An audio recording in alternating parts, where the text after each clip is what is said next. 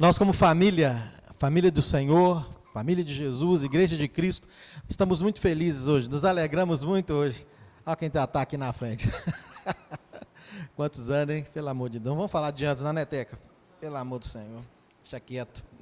Mas a gente, como Igreja do Senhor, estamos muito felizes, porque a família, né, da Jéssica, do Lucão, do Heitor e também o Arthur, estão em festa, né? O Arthurzinho vai ser aqui batizado, esse sinal, né, maravilhoso da aliança do Senhor conosco, com os nossos filhos. Nós vamos participar com muita alegria, como família do Senhor, desse momento, na vida dessa família tão querida. Eu queria já chamar aqui o Lucas, a Jéssica, o Arthur, ia falar Tutu, e o Arthur.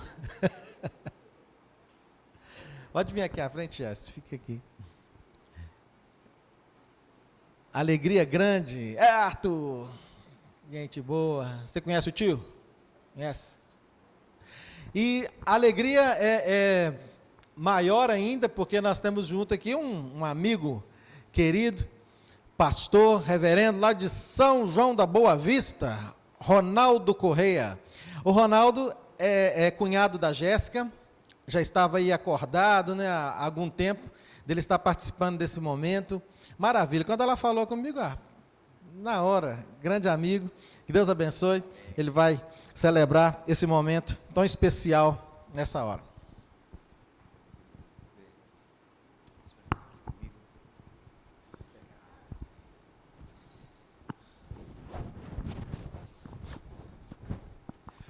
Meus irmãos, a graça e a paz do nosso Senhor e Salvador Jesus Cristo esteja com cada um de vocês.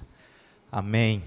Louvado seja o nosso Deus por esse tempo que Ele nos concede de podermos engrandecer o nome do Senhor, em um culto que o nosso Deus nos permite com que possamos, nesse dia, ter a celebração de 2 sacramentos. Algo muito importante para nós no seio da igreja, principalmente quando nós podemos, de um modo visível, podemos perceber a graça invisível de Deus no meio da igreja. E aqui, de uma forma especial, em família, família de sangue, família da fé, quando o Senhor nos concede a dádiva, o privilégio de podermos aqui ter esse momento com a celebração do batismo do Arthur. E aí depois, tá faltando, cadê o Heitorzinho? Vai ficar por ali, Heitor? Você vai ficar com a mamãe aqui? A gente tem um combinado também, o Heitor o tio chama ele de Leopardo. Mas queridos, olhando para a palavra do Senhor, o que a Escritura Sagrada nos fala a respeito de um momento como esse, Lucas, Jéssica, o que as Sagradas Escrituras também nos orienta como Igreja do Senhor, principalmente quando nós olhamos para o sacramento do batismo e o batismo infantil, que nós conhecemos como pedobatismo. Às vezes nós somos criticados, muitas vezes, por que na igreja presbiteriana se batiza crianças? Eles ainda não têm condição de crer por eles mesmos. Por que a igreja presbiteriana batiza crianças? Essa resposta vem das Sagradas Escrituras. E eu quero convidar vocês, rapidamente, para que olhem comigo o primeiro texto de Gênesis, no capítulo de número 17. O verso de número 9, Gênesis capítulo 17, o verso 9, e em seguida o versículo de número 12, a palavra do Senhor nos diz assim: disse mais Deus a Abraão: guardarás a minha aliança, tu e a tua descendência no decurso das gerações. Versículo de número 12, o que tem 8 dias será circuncidado entre vós, todo macho nas vossas gerações, tanto o escravo quanto o nascido em casa, como comprado a qualquer estrangeiro que não for da sua estirpe. Nesse contexto, nós observamos que ali, na lei instituída por Deus a Moisés, Deus coloca ali, através de Abraão, dizendo: Abraão, é necessário você e toda a sua descendência. Naquela situação e naquele contexto ali, a circuncisão feita em todo aquele do sexo masculino, mas simbolizando e mostrando ali a aliança que era feita por Deus.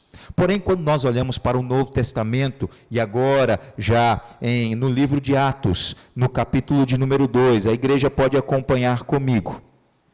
Atos, capítulo de número 2, o versículo de número 39, a Escritura Sagrada vai nos dizer: pois para vós outros é a promessa, para vossos filhos e para todos os que ainda estão longe, isto é, para quantos o Senhor nosso Deus chamar. Os eleitos do Senhor, os escolhidos por Ele. E aí nós passamos a entender, Lucas, Jéssica, a igreja aqui presente, que o batismo infantil nos mostra que a fé que os pais têm em seu coração, e já eu quero trazer perguntas que já foram feitas já pelo pastor da igreja aos pais, na instrução a vocês por este momento. A fé que cada um de nós carregamos é uma fé também que nós desejamos para os nossos filhos, para a herança que o Senhor nos entregou. É por isso que nós entendemos, à luz das Sagradas Escrituras, que o batismo infantil, ele é bíblico. E a partir daí, então, eu passo a ministrar diretamente algumas perguntas, como disse, já feitas ao Lucas, a Jéssica, nesse tempo de preparo para o batismo com o Arthur. O Arthur, que já é desse contexto que nós estamos vivendo aí, de pandemia, ele já nasceu já nesse novo normal, já não estranha já a máscara, e entre as vindas e idas, combinados para que pudéssemos estar aqui com eles, tendo esse momento de celebração, eu quero dirigir a vocês nesse momento algumas perguntas que são necessárias, e também em seguida quero dirigir uma pergunta à igreja, nesse momento de recepção aqui com os irmãos.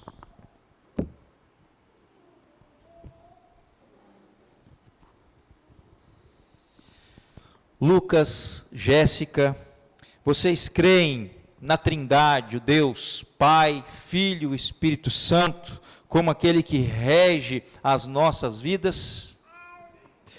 Como pais, na instrução do pequeno Arthur, vocês prometem em conservar, em o Senhor conservando em vida a vocês, até que o Arthur chegue à idade da razão, destruí-lo na crença seguida pelo povo de Deus, como vem sido ensinada nas Sagradas Escrituras? Vocês prometem? Vocês prometem ensinar-lhe a ler ou ter os modos para que o Arthur venha por si só, chegar um momento de leitura da palavra, aprender a ler, para que ele possa por si mesmo ler as Sagradas Escrituras? Vocês prometem? Vocês prometem a ler com o Arthur as Sagradas Escrituras, mostrando ele desde o Antigo Testamento ao Novo Testamento, a vivência de fé daqueles que servem ao Senhor Jesus? Vocês prometem? E uma última pergunta: vocês prometem ser a Bíblia, a carta viva para o Arthur, para que ele possa olhar para vocês como casal, no dia a dia, no viver de vocês, compreendendo que por meio de uma família cristã que confessa ao Senhor, ele possa na idade da razão também perceber o quanto que é importante a vivência com Deus? Vocês prometem? E agora uma pergunta à igreja, aqueles que estão aqui. Vocês, queridos, prometem receber com todo amor e carinho o Arthur como um pequeno filho na fé, e a ajudar também na condução nesse tempo. Vocês prometem? Nós vamos fazer uma oração, queridos, nos preparando para esse momento do batismo. Eu quero convidar ao reverendo Roberto que nos conduza nessa oração. Em seguida, nós vamos seguir com o batismo do Arthur.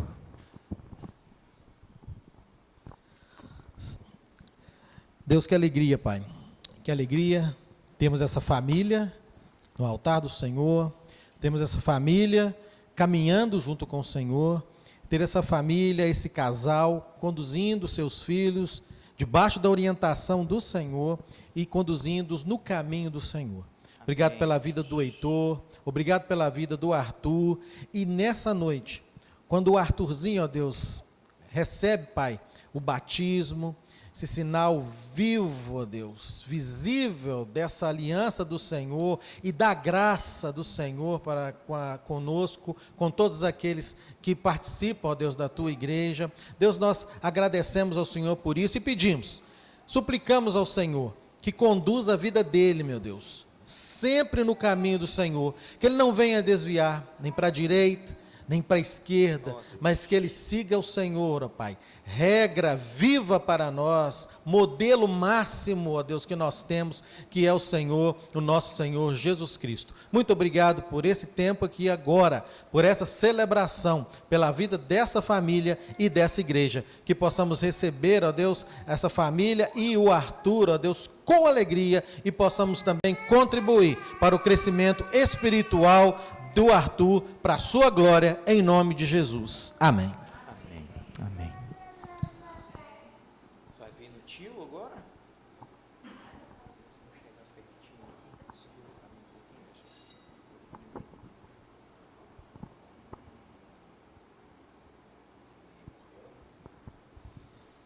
Hoje eu já ensaiei com ele já em casa. Nós ficamos aqui. Deixa eu fazer também os avós, né? Paternos, maternos estão aqui acompanhando esse tempo. Isso é bênção do Senhor no meio da família, né? E os familiares aqui também acompanhando. Aí, Arthur, como é que a gente vai fazer? Põe a mão, quer colocar a mãozinha aqui, ó? Vamos ver? Ó. Nós vamos então, queridos, proceder nesse momento, pedindo a bênção do Senhor sobre a vida do Arthur.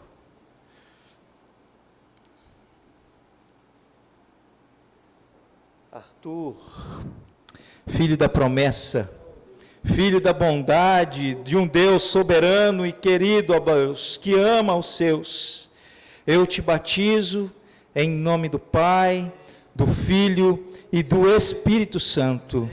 Ó Deus, que esse tempo que nós temos, ó Pai, no meio da tua igreja, celebrando e ministrando, ó Pai, este sacramento conferido, ó Pai, à tua igreja, que o Senhor, ó Deus, possa assim cuidar do teu povo, dando-nos, ó Deus, a instrução por meio da tua palavra, para que possamos, ó Deus, educar os nossos filhos, conforme o querer e o agir do Senhor, ó Pai.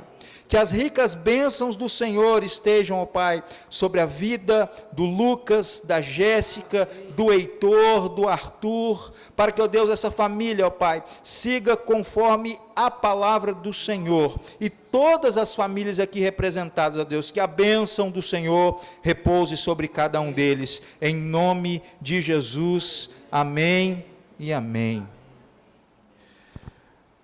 Lucas, Jéssica, Deus abençoe a vida de vocês, com o pequeno Arthur. Eu quero já, gente, batizar mais uns 10 desse aqui, ó, uns 20, né? Que coisa boa! Há poucos dias nós olhamos, estávamos lembrando na nossa igreja, fomos batizar uma criança, ele saiu correndo, e o Arthur não. Tá bom? Vamos lá para a mamãe? Deus abençoe. Muito obrigado por esse privilégio.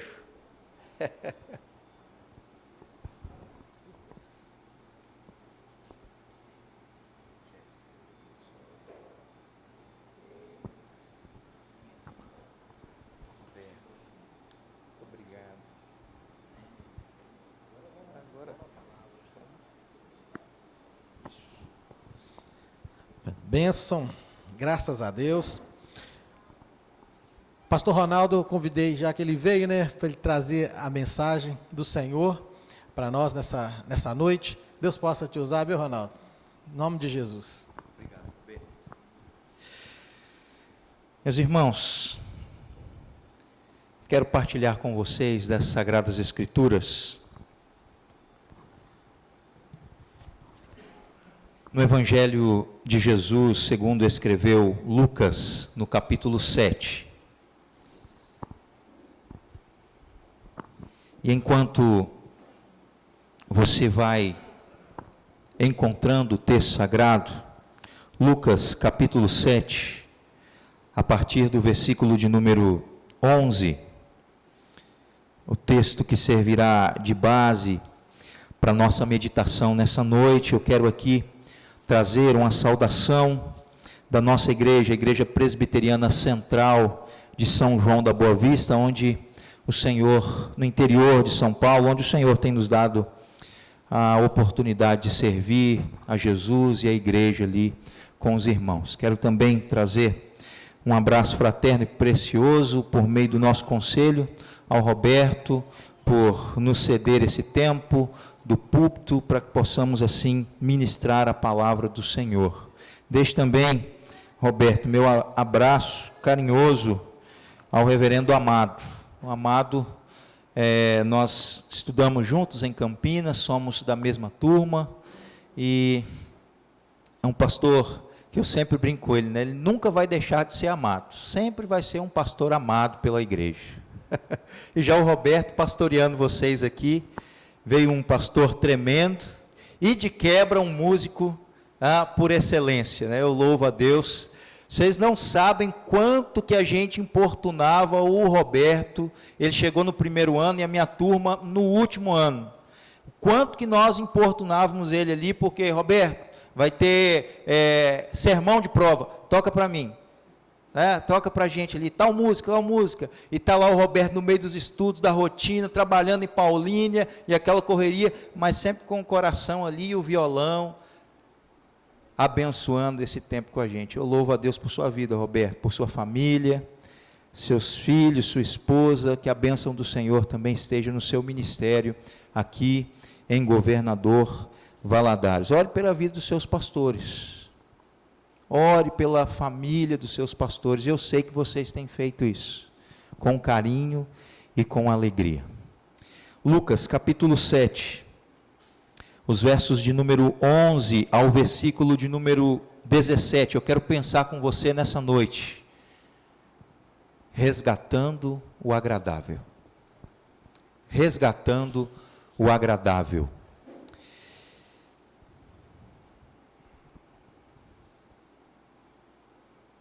Diz assim a palavra do Senhor: em dia subsequente, dirigia-se Jesus a uma cidade chamada Naim, e iam com ele os seus discípulos e numerosa multidão.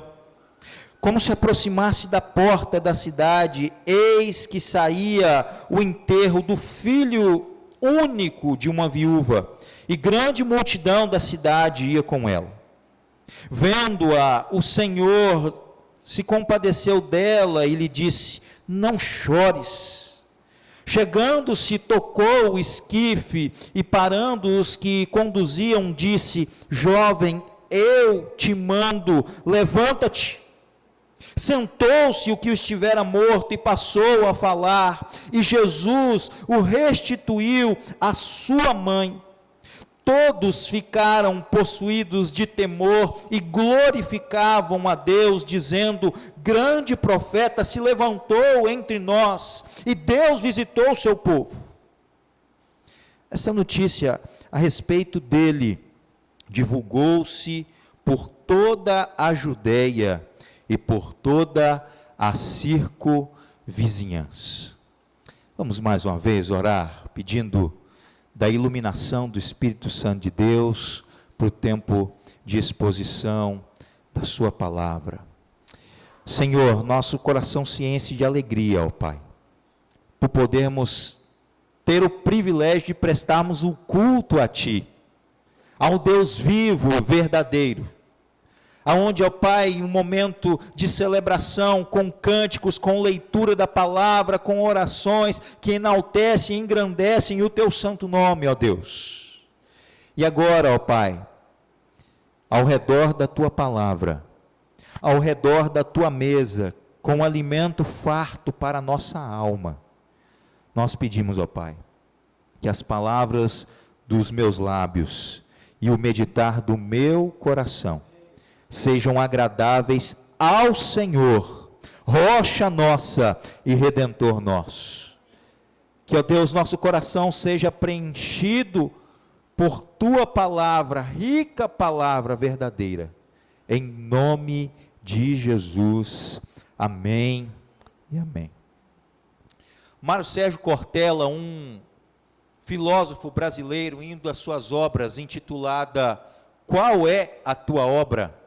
Cortella, ele vai narrar uma pequena história, falando de um momento quando os guerreiros do Império Romano retornavam de uma guerra vitoriosos. E ele vai então trazer ali neste livro a narrativa de como era esse momento que se aproximava aquele exército vitorioso. Todas as vezes que esse exército retornava, o seu general vinha à frente, e então aquele exército parava no chamado Campo de Marte, antes de entrarem para a cidade, e ali, aguardando aquele general vitorioso, estava uma biga, um carro. Quem gosta aí de filmes épicos vai se lembrar, aquele carro puxado por um cavalo imponente. E ele então subia naquele carro, naquela biga, e à sua frente ia um escravo, puxando ali o cavalo, e ele então circulava toda a cidade de Roma, sendo ali reconhecido por sua vitória, reconhecido pelo seu feito. Mas logo atrás,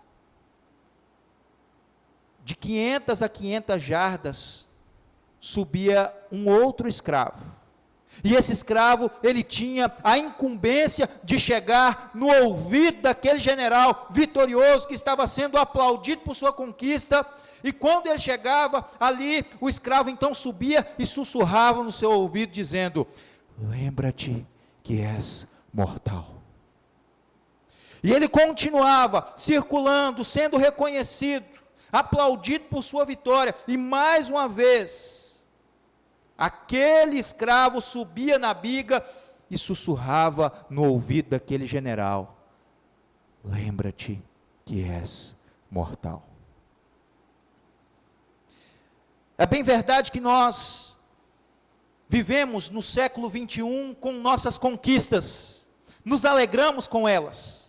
É bem verdade que nós vivemos no nosso dia a dia e somos chamados todos os dias a celebrar as conquistas que Deus tem nos dado, é bem verdade.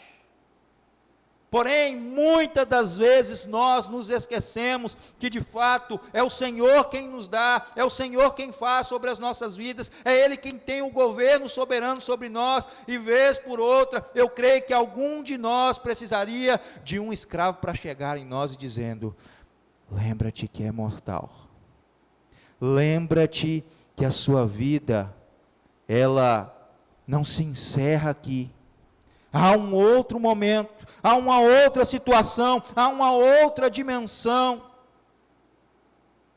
E quando nós então, queridos, nos deparamos com este tempo que nós estamos vivendo,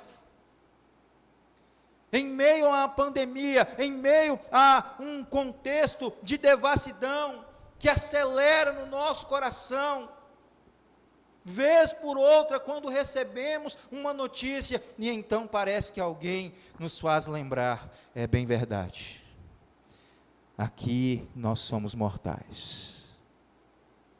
No texto sagrado que nós acabamos de ler, Lucas ele vai narrar para nós um momento de aflição, de perda dentro de uma família.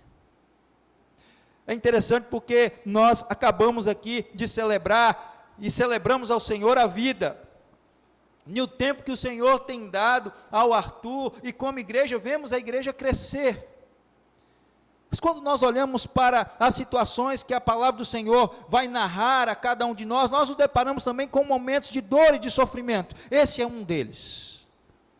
Lucas ele vai trazer para nós esta narrativa de um modo precioso e com uma gama de informações. Aliás, quando Lucas ele carrega consigo essa peculiaridade de trazer aqui informações, porque ele escreveu o evangelho intitulado ali para um imperador da época. Por exemplo, quando nós olhamos para o evangelho que Mateus escreve, Mateus ele tem consigo um linguajar e um modo para atingir aos judeus. Marcos ele tem um linguajar e uma brevidade dos fatos ali ocorridos com Jesus, pensando no povo grego. Mas aqui Lucas, ele traz o que ele vai narrar, dizendo como uma acurada investigação. E ele tem uma riqueza de detalhes, justamente para descrever para quem ele estava entregando aquele evangelho, escrevendo aquele evangelho, a respeito de quem era Jesus e do seu ministério terreno. Nesse momento Jesus está caminhando com os seus discípulos, uma multidão caminha ao redor de Jesus, alguns interessados em receber dele o auxílio ali, emergencial da época, a fome que sanava alguns, outros estavam junto com Jesus, buscando estar próximo dele para aprender um pouco mais a respeito daquele mestre que surgiu no meio do povo. Outros estavam ali como curiosos, atentos para ver se realmente, de fato, ele era o Messias prometido, que de fato aquilo e os milagres que ele colocava eram de fato conhecidos. Uma grande multidão acompanhava a Jesus. E neste momento, quando Jesus então está se preparando para entrar na cidade de Naim, a Escritura Sagrada vai nos trazer a informação desta cidade com o nome Naim. E aqui em seu original é uma aglutinação, uma junção do nome agradável. O mesmo nome que está aqui em Lucas, no capítulo 7, a partir do versículo de número 11, é o mesmo nome que é atribuído também no Salmo de número 133, quando vai dizer, ó, como é bom e agradável, são a mesma palavra. Jesus está chegando em uma cidade que tem um nome de agradável, mas em um momento desagradável.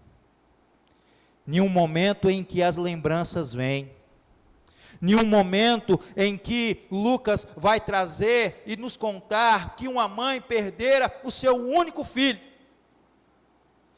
vai nos trazer a informação de que esta mulher já não tinha o seu marido, ela era viúva, e um contexto cultural da época, esta mulher estava fadada à ruína, estava fadada a viver na miséria, porque seu marido havia falecido, e a esperança da sua vida em seu único filho, também havia se encerrado. Um tempo de perda, um tempo desagradável, um tempo de desesperança. Quando nós olhamos para esse contexto, cabe-nos uma pergunta também, porque o princípio das Sagradas Escrituras não é apenas nos narrar histórias que ocorreram no passado, mas o princípio das Sagradas Escrituras é nos mostrar e se identificar conosco também com aquilo que atinge ao nosso coração. Quem de nós, na atual circunstância que estamos enfrentando, não tem passado no seu coração e experimentado momentos de assombro, momentos desagradáveis? Jesus, ele chega nesses momentos, ele vem nesse momento e nos ensina justamente sobre o tema que nós queremos trabalhar com os irmãos nesta mensagem: resgatando o agradável.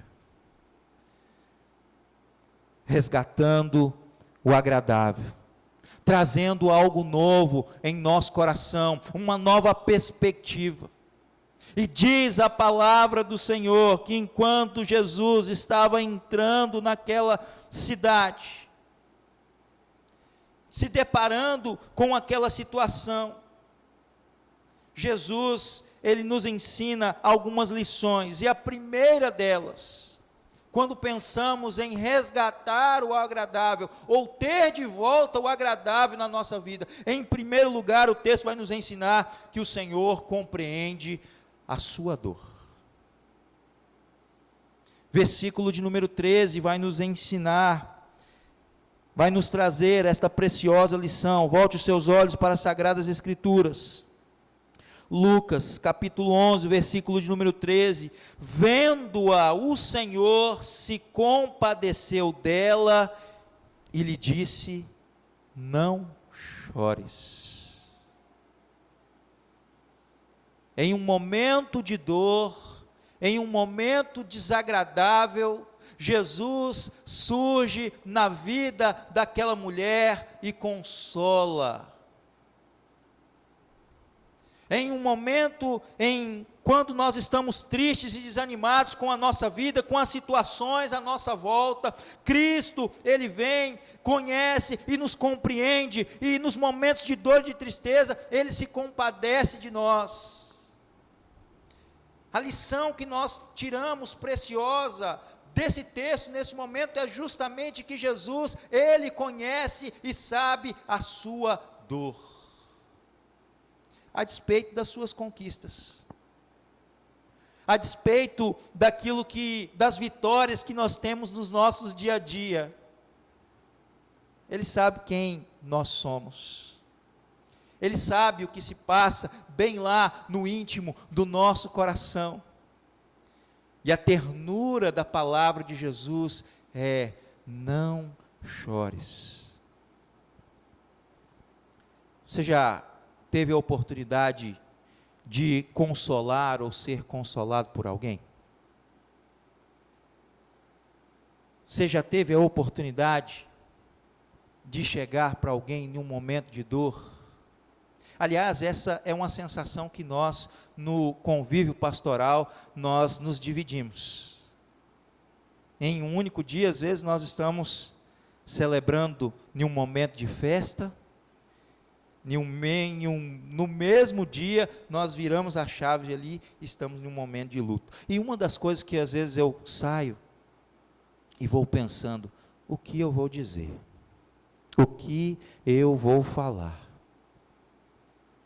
Às vezes, confesso aos irmãos que não me saem palavras, mas o que eu consigo dizer e fazer é se aproximar, abraçar, e nesse tempo que nós estamos vivendo, que é um tempo para o bem da nossa saúde, de distanciamento, de isolamento social, mas nesse momento aqui do texto, Jesus, ele vai se aproximar desta mulher, e vai entregar uma palavra assertiva para ela, dizendo, não chores. Mas qual era o motivo da dor daquela mulher? Será que Jesus não conhecia o motivo do choro daquela mulher? É claro que ele sabia. Aliás, quando nós olhamos para o nosso mestre, nós podemos nos deparar com alguém que transitava nos dois ambientes, humano, mas também o espiritual, porque ele é 100% divino, mas também é 100% humano.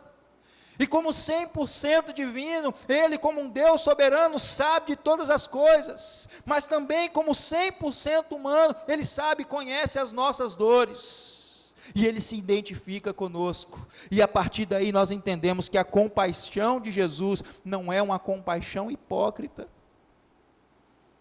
Ele se importa com a dor daquela mulher, e Ele diz, não chores. A compaixão de Jesus, ela é genuína e ela é profunda. E essa compaixão de Jesus, ela nos alcança e nos liberta para experimentarmos momentos novos e momentos de alegria. Momentos que são transportados de um tempo desagradável para um momento de esperança, de alegria, não fazendo nos esquecer daquilo que passamos, mas nos ensinando que por meio de Jesus, a Escritura Sagrada diz que nós somos mais que vencedores. Em segundo lugar, o texto também nos ensina que para resgatarmos o agradável, o Senhor, Ele compreende a nossa dor. Mas Ele também vai nos dizer que para resgatarmos o agradável na nossa vida, o Senhor toca exatamente naquilo que nos entristece. Para resgatar o agradável na nossa vida, o Senhor toca exatamente naquilo que nos entristece. O versículo 14 vai nos dizer que quando Jesus então, ele se depara com aquele momento, diz que chegando-se tocou o esquife, para que os que conduziam, disse: jovem, eu te mando. Chegando, disse, ele tocou o esquife. Há alguns comentaristas bíblicos na mesa do Senhor, e entendemos que de fato Ele está no nosso meio. Nós somos nutridos, não fisicamente, mas espiritualmente, devolvendo no coração de cada um de nós a rica esperança de que a nossa vida, ela não se encerra aqui, de que nós não temos um ponto final aqui, para que nós possamos testemunhar a outros, vivendo a missão do Evangelho, de que aquele Cristo, que nos devolve o agradável, também pode visitar e fazer na vida e no coração de tantos quanto Ele assim o quiser, para a honra, para a glória e para o louvor do nosso Deus. Portanto, se no seu coração, nesse tempo de aflição que nós estamos experimentando, com perdas irreparáveis, que nós não venhamos a perder a certeza da esperança em Cristo Jesus. Ele traz a nós o consolo, por obra do Espírito Santo. É Ele quem chega a nós e diz: não chores.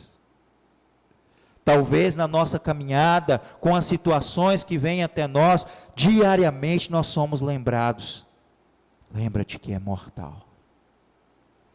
Mas em Jesus Cristo, e por meio dele, nós somos lembrados que unidos a Ele, a morte não pode nos separar do convívio eterno com o nosso Deus.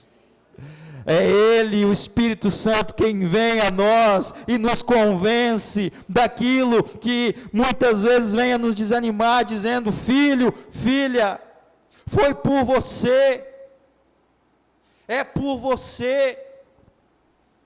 É por isso que nós entendemos que a nossa caminhada cristã, o Espírito Santo de Deus, ele vem a nós com gemidos inexprimíveis e diz: tenha certeza que de fato, aquele que tem a sua vida unida e entregue a Jesus, não passará pela morte.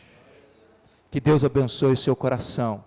Deus restabeleça, traga a você a esperança, como o Senhor assim o trouxe para esta família, e o mesmo Deus de ontem, hoje, o será eternamente, para honra e glória do nosso Deus. Amém.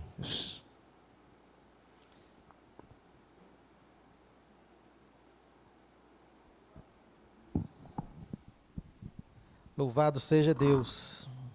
Foi por mim, foi por você, que o Senhor trouxe essa restauração, que nós fomos religados a Deus.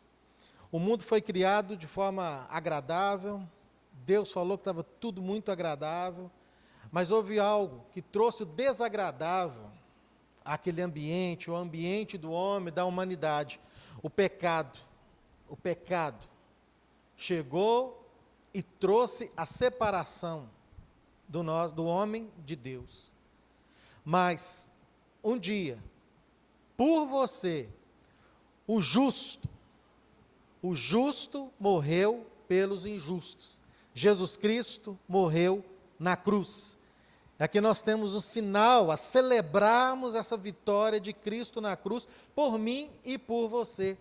Ele entregou o seu corpo, por amor à sua igreja, a todos aqueles que o recebem em seu coração, a todos aqueles que entendem a sua missão e o sacrifício dele na cruz do Calvário. O justo Jesus, na noite que foi traído, ele tomou o pão, ele deu graças, partiu o pão e disse assim: esse aqui é o meu corpo, representação do meu corpo, que é dado por vós.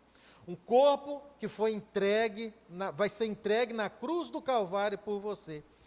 Como o trigo foi moído para fazer esse pão, eu serei moído na cruz, e ele foi moído na cruz, por mim e por você.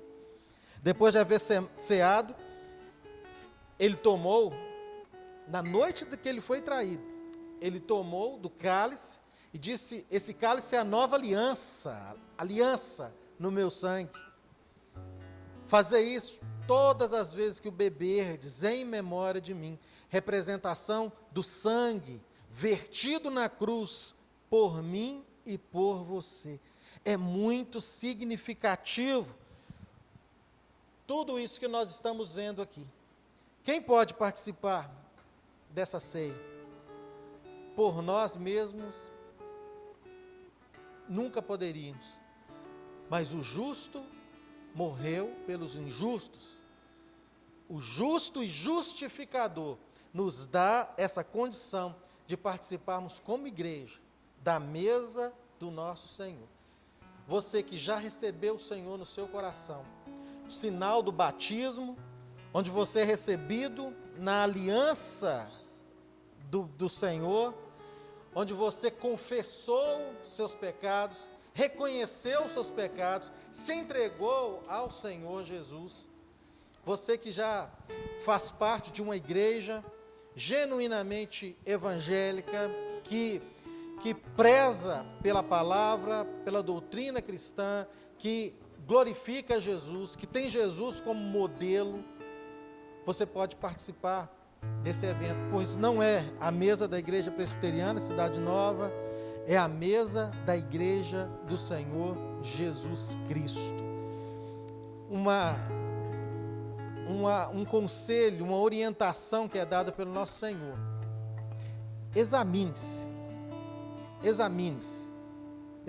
pois, o homem a si mesmo, para tomar, comer do pão, para beber do cálice. Examinar-se.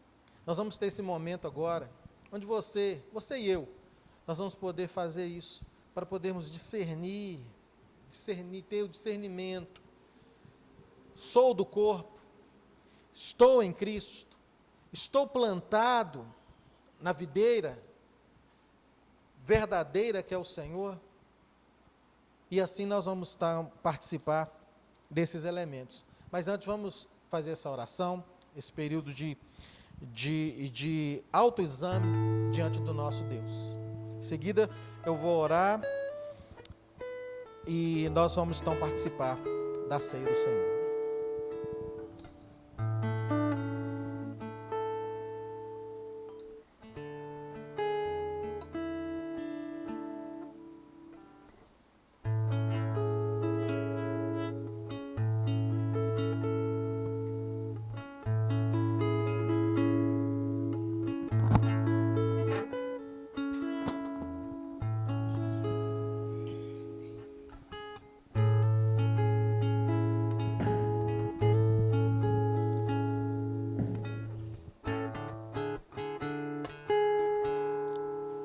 Senhor, a sua igreja está aqui, reunida, para glorificar o teu nome, para te adorar, para celebrarmos a vida, uma vida que veio, ó Pai, a partir do Senhor e a partir da sua morte, o justo pelos injustos. Muito obrigado. Nós não temos palavras, ó Pai, para expressar isso.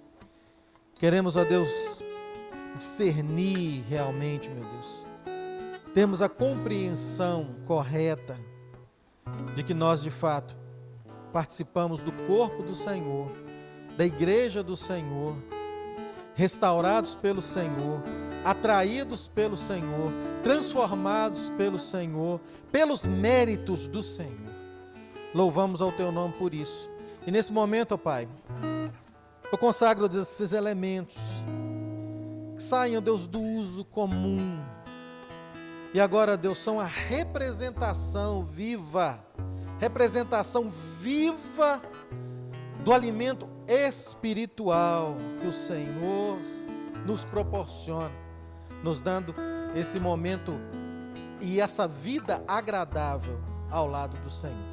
Louvamos ao Teu nome, celebramos ao Senhor, no nome de Jesus. Amém e amém. Eu vou pedir a você que, ao receber os elementos, você conserve-os, né, na sua mão, para que nós, ao final, nós possamos participar juntos, tá bom? Do vinho e do pão. Deus nos abençoe. Quem for participar, fique em pé, por gentileza.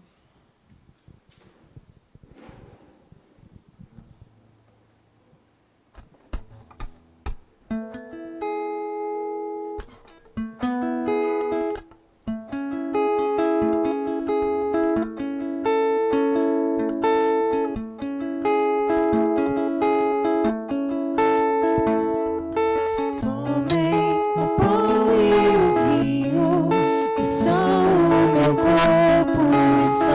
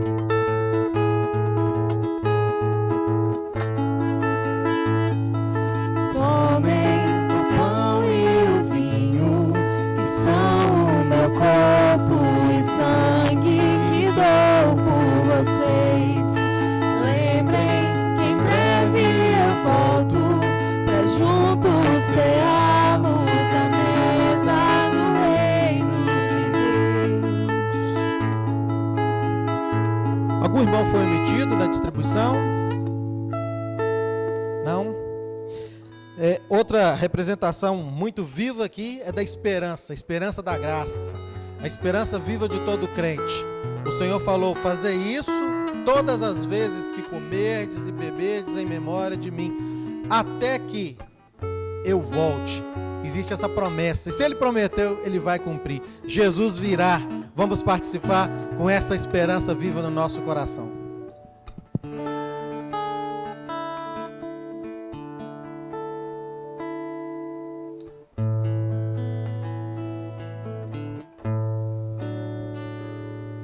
Amém. Vou convidar o pastor Ronaldo a fazer a oração final, impetrar a bênção.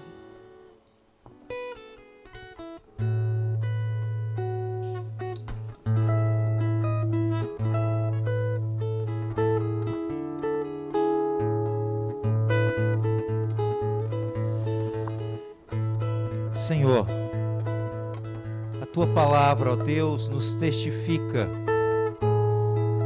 que o Senhor foi entregue naquela cruz dolorosa. Teu Filho, Jesus, se entregou de modo voluntário em um tempo em que nós ainda éramos inimigos de Deus. Mas por meio, ó Pai, da Tua providência e em amor, o Senhor, ó Pai, nos resgatou e nos regenerou, para que pudéssemos viver nesse santo e vivo caminho, o caminho da esperança, o caminho que não se esvai, mas o caminho que resgatou, que tirou das trevas, do lamaçal de pecado e nos devolveu a vida por meio de Cristo Jesus. Que, ó Deus, nesse tempo de celebração do Teu povo, ó Pai, nós não venhamos a nos esquecer que o Senhor, ó Pai, com um dom tão precioso, de amor tão singular, expressa a cada um de nós, ó Pai, a viva esperança em Jesus Cristo. Que o Senhor, ó Deus, esteja a abençoar a vida de cada um dos Teus filhos e filhas da Igreja Presbiteriana Cidade Nova, renovando e restaurando, ó Pai, a viva esperança no Senhor, ó Pai. Recebei a bênção, irmãos. Que a graça do nosso Senhor e Salvador Jesus Cristo, o amor de Deus, o nosso Pai, a bênção do consolo, da comunhão e da alegria do Espírito Santo de Deus, repouse sobre vós, Igreja do Senhor aqui presente, e sobre toda a Igreja do Senhor espalhada pela face da terra, aguardando a volta gloriosa de Jesus, dizendo: Maranata, ora vem, Senhor Jesus. Amém e amém. Glória a Deus. Pode se sentar, irmãos.